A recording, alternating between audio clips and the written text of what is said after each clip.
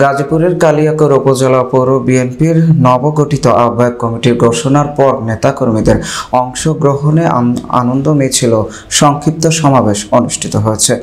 18 June বিকেলে কালিয়াকৈর উপজেলার শফিপুর এলাকায় ঢাকা-টাঙ্গাইল মহাসড়কে এই আনন্দ মিছিল অনুষ্ঠিত হয়। মিছিল শেষে এক সংক্ষিপ্ত সমাবেশের আয়োজন করা হয়। সমাবেশে সভাপতিত্ব করেন নবগঠিত পৌর বিএনপির আহ্বায়ক মাহমুদ সরকার।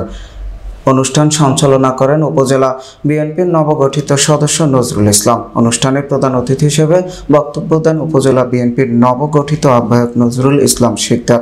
এছাড়া উপজেলা ও পৌর বিএনপির বিভিন্ন স্তরের নেতাকর্মীরা উপস্থিত ছিলেন। নেতাকর্মীদের উৎসাহ উদ্দীপনার মুখ ছিল পুরো অনুষ্ঠান স্থল।